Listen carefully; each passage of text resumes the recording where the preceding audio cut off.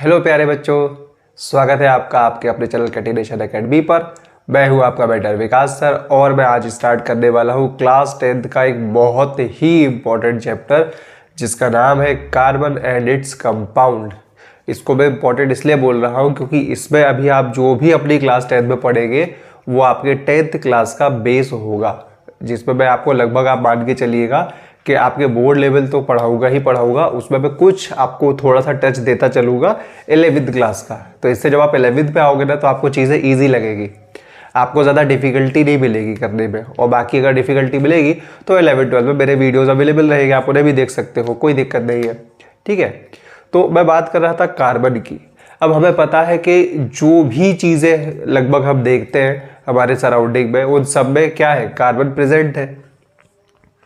ठीक है, everything which is black is also called क्या, कार्बन से बना हुआ है भाई, है ना। और जैसे कोल हो गया वो काला है भाई, वो क्या है, कार्बन कंपाउंड है ना। मेरे ब्लैक हेयर है, क्या मेरी बॉडी में कार्बन है क्या, है क्या, बिल्कुल है भाई। कार्बोहाइड्रेट, फैट, प्रोटीन्स, लिपिड्स, आप जो भी चीज़ें आप यूज़ कर रहे हो लिविंग बॉडी में, हमारे जो भी कंपोनेंट्स हैं उन सब में कार्बन है। वुड जो आप देखते हो पेड़ों से आपको मिलता है, ट्रीज से मिलता है, उसमें जो पल्प है, जो सेल्यूलोज है, वो क्या है, उसमें भी कार्बन का कंपोनेंट प्रेजेंट है।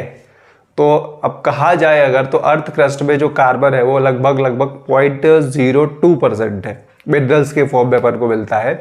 ठीक है, लेकिन भाई कितना ज़्यादा काम आ रहा है ना। हमारी लिविंग बॉडी में भी कार्बन का कंपोनेंट है, पर देखिए आप इतना कम अमाउंट में होने के बाद भी carbon more than 3 million compounds का फॉर्मेशन करता है। सोचना, मोर देन 3 मिलियन कंपाउंड्स का फॉर्मेशन करता है भाई, इतना कम होने के बाद भी। तो कुछ तो खास है ना इसमें भाई। ऐसा तो है नहीं ना कि वही नॉर्मल 118 118 एलिमेंट्स होते हैं हमारे पीरियोडिक टेबल में, तो कार्बन में ही ऐसा क्या खास है जो मोर देन 3 मिलियन कंपाउंड्स को फॉर्मेशन करने में उसको हेल्प कर रहा है। तो सोचने वाली बात है, साइंटिस्ट ने सोचा, अब हम अभी सोच रहे हैं, साइंटिस्ट ने पहले सोचा। जब उन्होंने सोचा तो उन्होंने बताया कि भाई कार्बन में कुछ कैरेक्टर्स ऐसे हैं जो नॉर्मल एलिमेंट से उसको अलग करते हैं, मतलब कुछ यूनिक प्रॉपर्टीज है, उसका कुछ वर्सेटाइल नेचर है। क्या है, वर्सेटाइल नेचर है। अब वर्सेटाइल नेचर का मतलब क्या है, वर्सेटाइल नेचर का मतलब हो गया कि कुछ ऐसी खास चीजें जो उसको दूसरों से अलग कर रही है, और उसकी वजह से जो दूसरे कार्बन है, मतलब एक कार्बन दूसरे कार्बन से मिल जाएगा, एक कार्बन किसी भी दूसरे कंपाउंड के साथ आराम से रिएक्शन कर लेगा, बॉन्ड बना लेगा, फॉर्मेशन कर लेगा कंपाउंड का। तो कुछ ऐसी चीजें हैं। ठीक है, तो अब हम सबसे पहले बात कर लेते हैं कि कार्बन का एटॉमिक नंबर क्या होता है।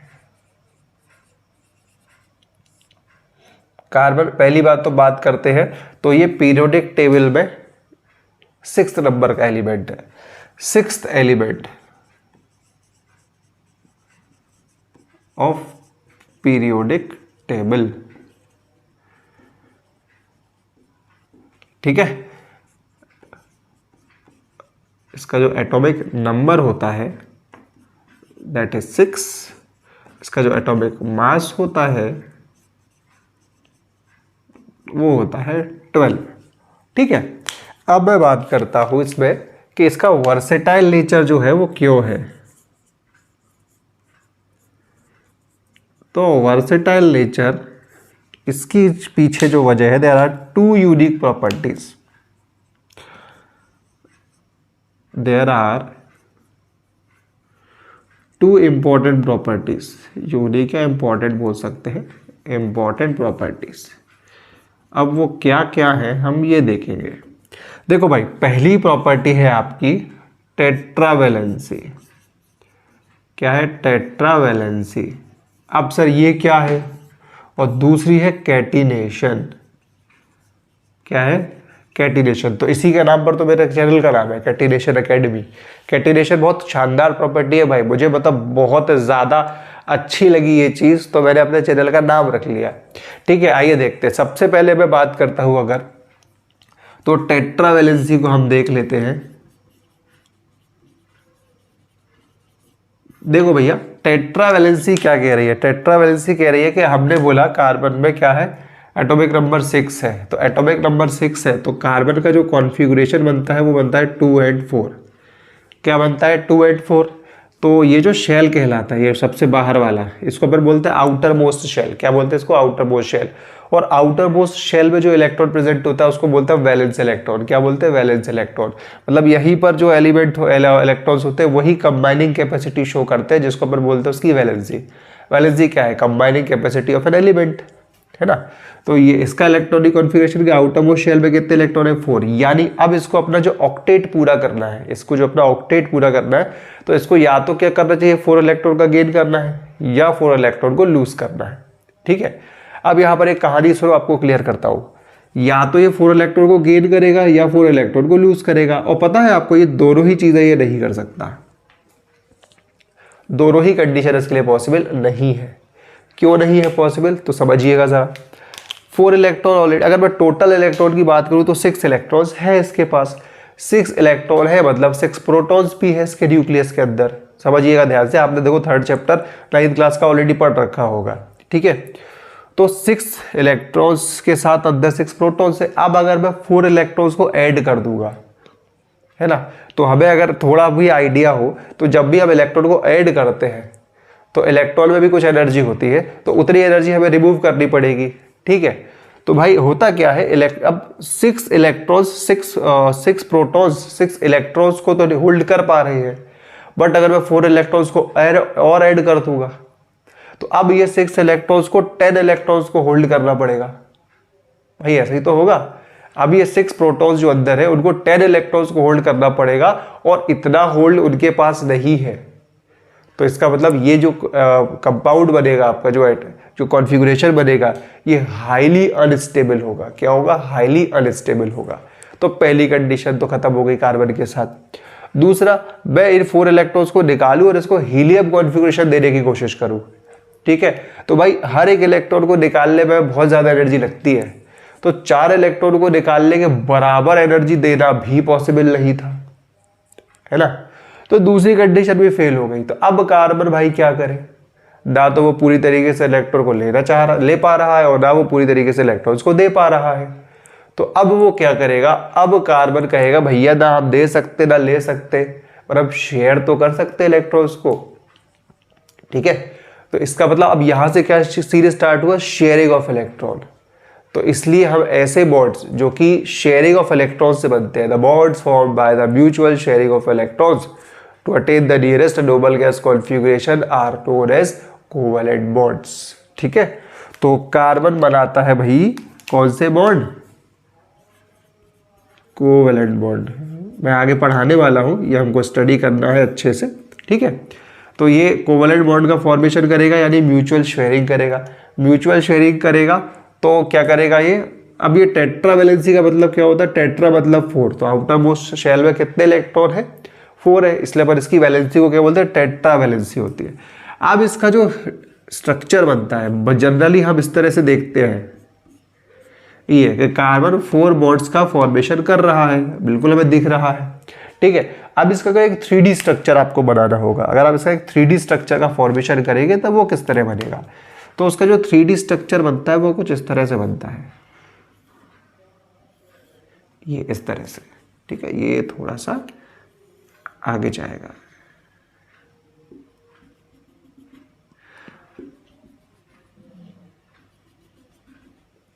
ये है इसका एक 3 डायमेंशनल स्ट्रक्चर, जहां पर इस पॉइंट पर है कार्बन और ये पॉइंट्स आपके क्या है? खाली है। ये देखो, आप ये देख रहे होगे, है ना। तो यहां पर भी कोई भी एलिमेंट आकर कंबाइंड हो सकता है। अब ये जो स्ट्रक्चर है बेटा, ये जो स्ट्रक्चर है, इस स्ट्रक्चर को हम बोलते हैं टेट्राहेड्रल स्ट्रक्चर। क्या बोलते हैं? टेट्राहेड्रल स्ट्रक्चर बोलते हैं। ठीक है, अब इस टेट्राहेड्रल स्ट्रक्चर में अगर मैं इसको थोड़ा सा आपको 3D में समझाने की कोशिश करूं तो आप ध्यान से देखिएगा। ये 1 हो गया, ये 2 हो गया, ये 3 हो गया, ये 4 हो गया। देखो इस तरह से, ये कुछ इस तरह का स्ट्रक्चर का फॉर्मेशन होगा। ठीक है, अब यहां पर एक चीज और समझिएगा, ये वाला एक एंगल आएगा, एक ये वाला एंगल आएगा, फिर एक ये वाला एंगल आएगा। तो ये जितने भी एंगल्स आपके होंगे ना, इन एंगल्स को बोलते हैं बॉन्ड एंगल। क्या बोलते हैं? Bond angle. यानी इधर का जो बॉन्ड एंगल, अब इधर का हो चाहे इधर का हो चाहे इधर का हो, वो आपको दिख नहीं रहा वैसा, तो ये होता है बॉन्ड एंगल, ठीक है। और इसका जो बॉन्ड एंगल होता है वो होता है 109 डिग्री, इसको 28 मिनट्स बोलते हैं, 109 डिग्री 28 मिनट्स, ठीक है। तो ये इसका बॉन्ड एंगल होता है, याद रखना भाई, आगे जाके बहुत काम आएगा आपके, ठीक है। तो दिस इज ऑल अबाउट क्या? टेट्रावैलेंसी, ठीक है। टेट्रावैलेंसी में क्या होता है? कार्बन का इलेक्ट्रॉन कॉन्फ़िगरेशन क्या है? 2,4 है, जिसमें वो कोवैलेंट बॉन्ड बना रहा है, मतलब म्यूचुअल शेयरिंग ऑफ इलेक्ट्रॉन कर रहा है। तो वो कुछ इस तरह का स्ट्रक्चर का फॉर्मेशन करता है, जिसको अपन बोलते हैं टेट्राहेड्रल स्ट्रक्चर, ठीक है। कार्बन क्या सिलिकॉन भी बनाता है कुछ हद तक, ठीक है। तो इतना आप नोट करिए, फिर अपन कैटिनेशन एकेडमी, चैनल का नाम है तो बार बार मुंह से निकल जाता है, हम दूसरी प्रॉपर्टी कैटिनेशन पर मूव करते हैं, ठीक है। नोट करिए कैटिनेशन। ये कुछ ऐसा है कि एक कार्बन दूसरे कार्बन को देख के बहुत ज़्यादा खुश हो जाता है, कुछ ऐसी बात है। जैसे सपोज आप लोग कुछ आपकी हर क्लास पे कुछ फ्रेंड्स होते हैं आप लोगों के, है ना। तो अब सपोज आप सुबह स्कूल मिलने गए, आप जैसे ही पहुंचे ग्राउंड में, आपने देखा आपका दोस्त खड़ा हुआ है, तो अब ऐसा तो होगा नहीं कि हम तो खड़े हैं, उसी को आना होगा तो आएगा, है ना भाई। आप देखते हो, आप लोगों की दोस्ती, आप लोगों के बीच में एक अट्रैक्शन है, एक अट्रैक्शन फोर्स ही मैं इसको बोलूँगा, ठीक है। एक फ्रेंडशिप वाला जो फोर्स होता है, ठीक है। तो आप गए तो और भाई क्या हाल चाल है, ठीक है। आप जाके उसके साथ बातें बातें करने लगे और सब चीज़ें स्टार्ट हो गई। तीसरा फ्रेंड आया, उसने देखो अरे मेरे 2 फ्रेंड खड़े हैं, वो आया और भाई क्या हाल चाल है, और भाई तीसरा जाके। अब एक बात बताओ, क्या पहले फ्रेंड ने दूसरे फ्रेंड को कोई निमंत्रण कार्ड दिया था, इन्विटेशन दिया था? नहीं दिया था ना, वो खुद उसकी तरफ गया। इसी तरह दूसरे, और जब पहला दूसरा खड़ा था तो तीसरे वाले को कोई इन्विटेशन तो दिया नहीं। क्या हो रहा है? वो भाई वो फ्रेंडशिप है, उनके बीच में ऑलरेडी कुछ बॉन्ड्स है, बॉन्ड्स इन द सेंस एक फ्रेंडशिप बॉन्ड जिसको मैं बोल सकता हूँ, है ना। तो इसी तरह क्या होता है, कार्बन्स के बीच में भी क्या होता है, एक तरह का अट्रैक्शन होता है। इस अट्रैक्शन, एक्चुअली अट्रैक्शन नहीं बोलना इसको सही रहेगा, ये ऐसा कह सकते हो कि उनकी टेंडेंसी है कि जैसे ही एक कार्बन दूसरे कार्बन को देखेगा, वो खुद उसकी तरफ खींचा चला जाएगा। मतलब वो आपस में क्या बोलेंगे, आओ मिलकर बॉन्ड बनाते हैं, है ना। ऐसा होता है ना कि खूब मिलेगा, खूब जमेगा रंग जब मिल बैठेंगे 3 यार, पहला कार्बन, दूसरा कार्बन और तीसरा कार्बन, ठीक है। तो देखो जब 3 यार मिले, तो अब 3 यार मिल के बहुत बहुत कुछ कर सकते हैं। मैं तो कह रहा चलो 5 यार मिल गए, हटाओ, पहली बार में 5 यार मिले, चलो मैं 4 मिला देता हूँ। तो पहले तो ऐसे खड़े हो गए, ठीक है। अब वो 4 बोले यार मजा नहीं आ रहा, बोले चलो अपन ऐसे मिल जाते हैं, बोले ठीक है चलो आओ एक सर्किल बना लेते हैं अपन, ठीक है। बोले अरे तब भी मजा नहीं आ रहा, तो बोले एक काम करते हैं, बोले ये जो है ना ये ज़्यादा कर रहा है, इसको साइड में खड़ा करो, ठीक है। तो भैया ये क्या है, जो कार्बन मिलके अलग अलग टाइप की क्या कर रहे हैं, स्ट्रक्चर्स का फॉर्मेशन कर रहे हैं। इसको बोलते हैं स्ट्रेट चेन, इसको बोलते हैं रिंग स्ट्रक्चर, इसको बोलते हैं साइड चेन। देखो ये साइड चेन, यहाँ पर 3 खड़े थे, चौथे को देखा भाग साइड खड़ा हो जा, तू नहीं ले रहा तेरे को हम अपनी लाइट के अंदर, है ना। ऐसा होता है ना। तो भाई यही प्रॉपर्टी है कार्बन की, कि एक कार्बन दूसरे कार्बन को देख के उसकी तरफ खींचा चला जाता, बॉन्ड फॉर्मेशन करते हैं लोग आपस में। अब ये होता क्यों है, अब ये ऐसा क्यों हो रहा है सर? लेकिन अब कुछ तो कारण होना चाहिए ना भाई, हम लोग अच्छे दोस्त हैं इसलिए हम अट्रैक्ट हो रहे हैं, इनके पास भी कुछ तो होगा। बिल्कुल है, क्यों नहीं है, ध्यान से सुनिएगा। पहली चीज जो इनको आपस में अट्रैक्ट करती है बॉन्ड फॉर्मेशन के लिए, वो है इनका स्मॉल साइज, ठीक है। क्या है? Small size. दूसरा बोल सकते हैं इसका यूनिक इलेक्ट्रॉनिक कॉन्फ़िगरेशन, जिसमें क्या है 4 इलेक्ट्रॉन से आउटर मोस्ट शेल में। तो भाई हर कार्बन को क्या चाहिए, अपना इलेक्ट्रॉन को पूरा करना है, कॉन्फ़िगरेशन फुल करना है। तो एक कार्बन मैक्सिमम कितने कार्बन से अटैच हो सकता है? 4 कार्बन से। देखो अगर ये 3 बॉन्ड्स का फॉर्मेशन है, मैं यहाँ एक बॉन्ड और बना दूं कार्बन, तो एक कार्बन 4 कार्बन से अटैच हो सकता है, हो ही जाएगा ना। तो that is the unique property, कि उसका यूनिक इलेक्ट्रॉनिक कॉन्फ़िगरेशन। और तीसरी चीज होती है इनके बीच के जो बॉन्ड है, इनकी बॉन्ड स्ट्रेंथ। अब कार्बन डबल बॉन्ड भी बनाता है, ट्रिपल बॉन्ड भी बनाता है और सिंगल बॉन्ड भी बनाता है। तो इनकी जो बॉन्ड स्ट्रेंथ होती है वो थोड़ी सी बेटर होती है, ठीक है, अच्छी होती है, ठीक है। तो these are the few unique properties जिसकी वजह से कार्बन क्या होते हैं, अट्रैक्ट करते हैं आपस में बॉन्ड फॉर्मेशन के लिए। तो सबसे पहले तो मैं डेफिनेशन लिख देता हूं, दैट इज वेरी इंपॉर्टेंट, आपको बहुत बार पूछी जा सकती है और पूछी जाती भी है। The unique property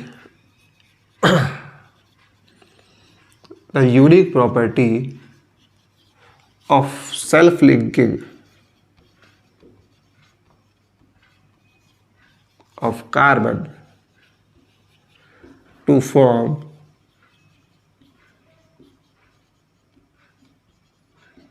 straight,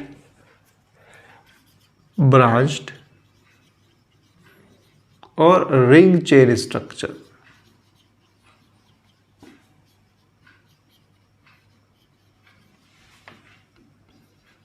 is called catenation.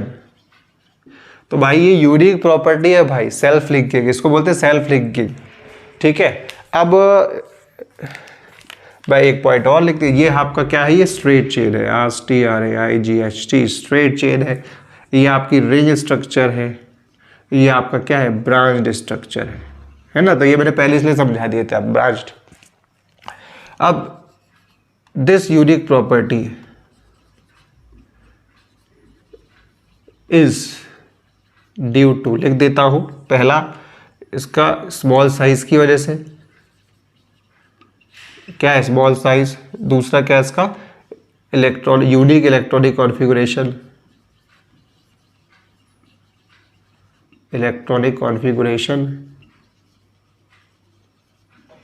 ठीक है, और तीसरा उसका होता है बॉन्ड स्ट्रेंथ।